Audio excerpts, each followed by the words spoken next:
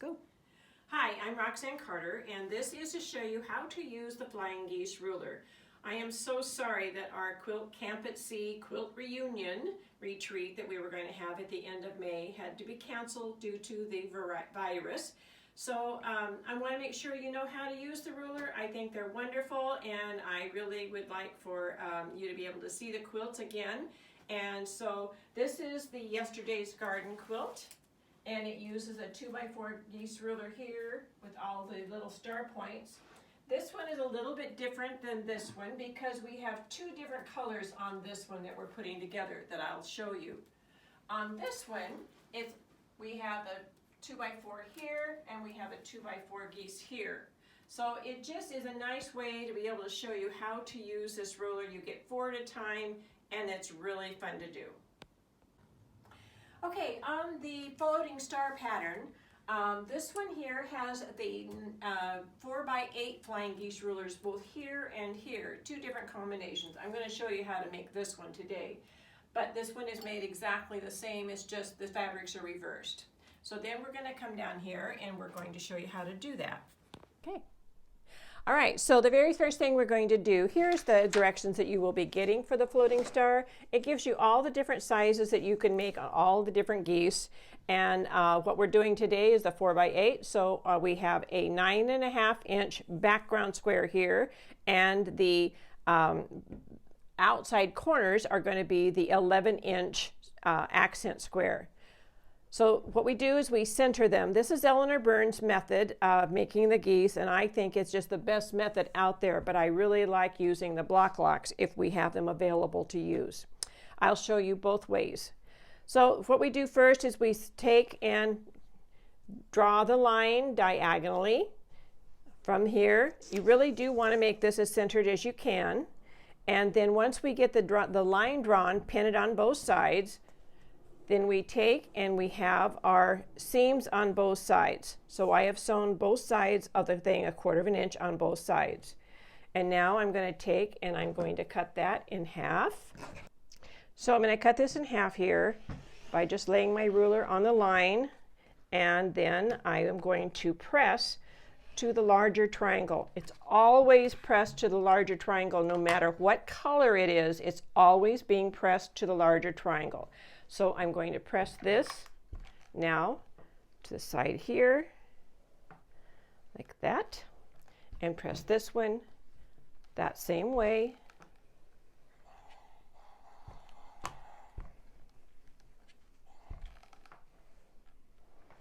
And then we put them together so that they are opposites.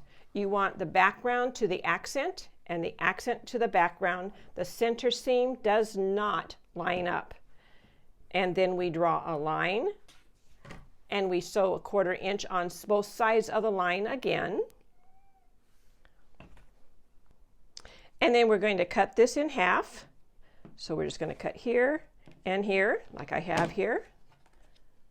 And now you're going to take these and you're going to fold them in half.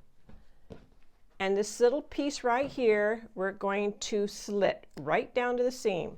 It does not matter if you go through the seam or not, because that's waste, but there's just a little tiny bit of waste. And now we're going to, again, we're going to press these both seams to the darker accent.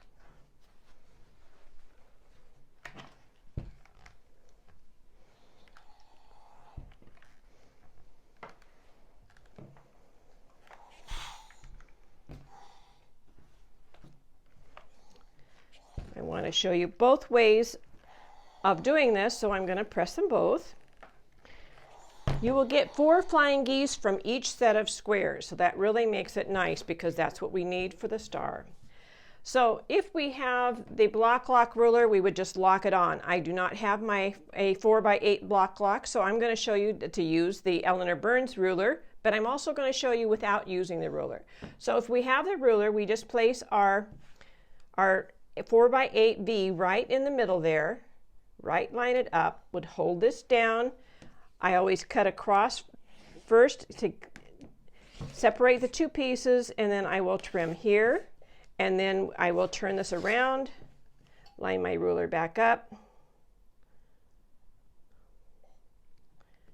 And I will cut the side here and there. So you're trimming all 4 sides, but there's so little waste in this method that I really think it's great. That's how you would use the. If we don't have the ruler, any flying geese ruler, you can still do the same method. What I do is I place a ruler with a 45-degree line. There's a 45-degree line right there, right on that seam there with a 1/4 of an inch at the top. So I've got a 1/4 of an inch right there. And now I'm going to trim this, even like that. Then I'm going to take and I'm going to measure over from this corner right here over, excuse me, I'm going to do 4.5 again. So now I've got 4.5, which is what the size is. So trim that to there. And now I need to trim that right there off there, keeping a line straight on the ruler, and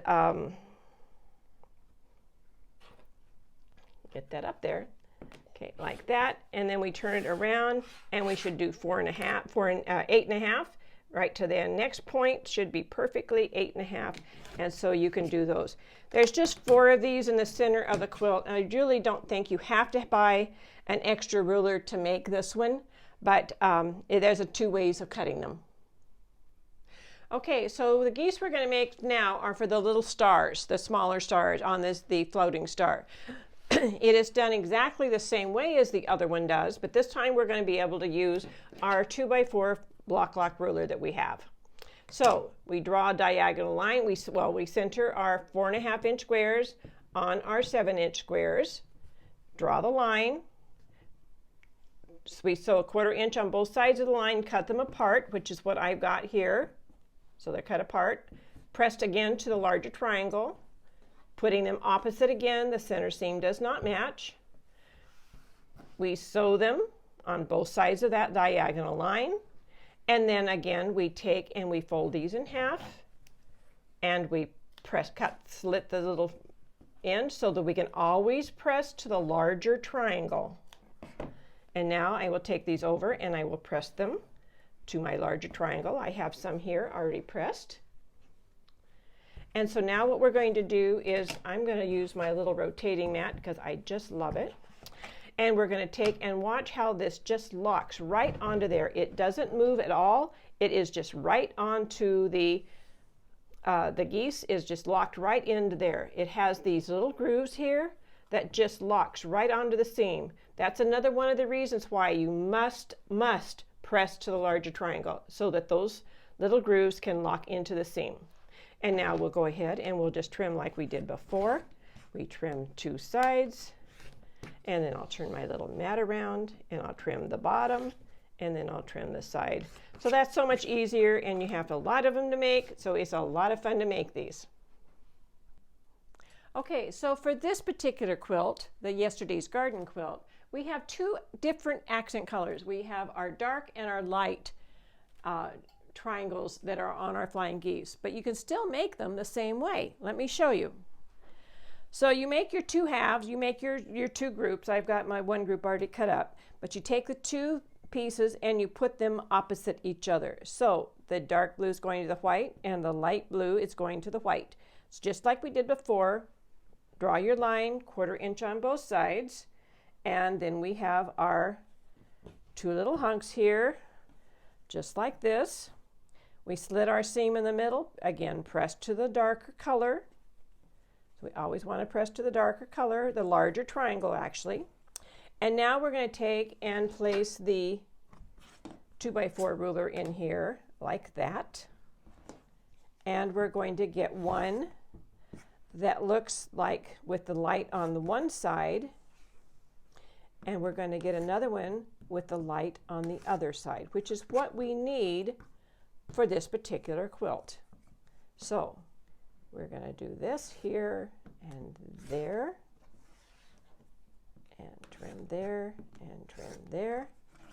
Okay, and so when we make this block, these are our pieces that go here. This is the cat in the cradle technique I'll talk about in a minute. But then this one will line up to there, and this one will line up like that. So you see we're getting both kinds of flying geese out of one set of squares. So for the cat in the cradle technique, which is this little unit right here, it's 2 triangles, a square, and your larger triangle, which is your main print. There's a different way of doing it that it's very easy to do. You're going to take and sew your strips together. So you're going to have your 2.5 inch piece, your 3.5 inch light, your 2.5 inch dark. Sew them together in a strip set, cross cut them into 2.5 inch segments. Then we take the two and we put them together so that they are opposite each other. As you see, there is the dark on both ends, the light in the middle. But this time we're going to have to take and fold this one in half, just like the flying geese we did.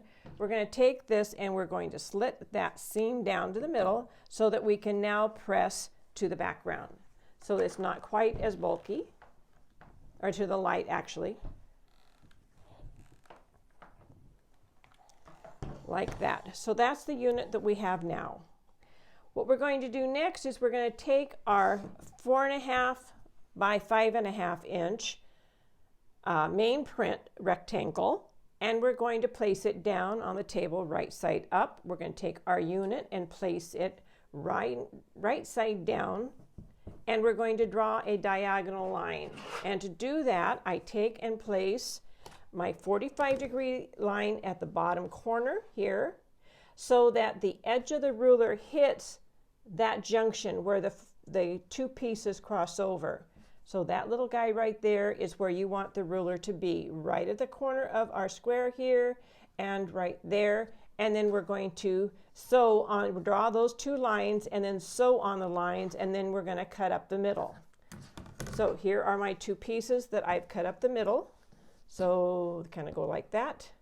And so you can see there's a little sliver of waste in the middle, and then we are going to now press to our background. And that's what gives us our little pieces here with our background already on them. We're going to take our flying geese and we're going to line them up with our 2.5 inch background square. And that's the unit that is made for this quilt here. Yay, thank you. I hope you enjoy this. I hope you have fun. If you have any problems, please email me. You've got my email address. Bye-bye.